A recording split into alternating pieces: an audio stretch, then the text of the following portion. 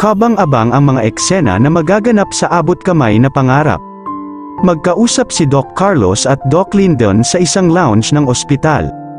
Inaalala ni Doc Carlos si Moira dahil wala umanong kasiguraduhan na hindi sasabihin ni Moira ang sekreto nila. Sabi naman ni Doc Lyndon, ay isang ticking time bomb na ibig sabihin ay anytime ay pwede itong sumabog at sabihin lahat ng sekreto nila. At mahirap kung hindi ready si Doc Carlos once na mangyari ito.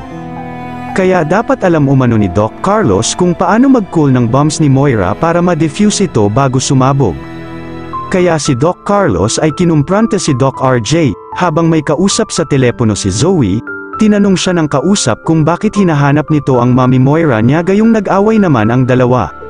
Dito sinagot ni Zoe na siya ay nag-aalala lamang at kailangan niya i-inform ang mami niya tungkol sa kasong isasampa ni Doc RJ kay Moira para alam ni Moira umano ang gagawin niyang paghahanda. Habang naglalakad sila Aling Susan at Josa, may napansin sila di kalayuan na tila may kaguluhan sa terminal ng jeep. Dito natanong nila si Moira ang sanhi ng gulo doon, sabi pa nga ni Aling Susan na magandang content ito. May isang pulubi ang bitbit ang isang melita at suot ang damit na mamahali. Napansin ito ni Moira at sinabing kanya ang maletang hawak nito at bakit suot-suot ang kanyang damit.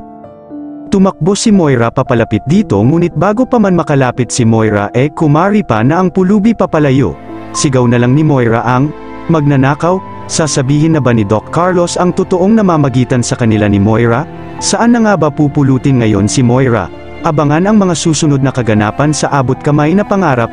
Kung nagustuhan niyo po ang aking munting video, please like, comment and subscribe. Thank you for watching Nastly.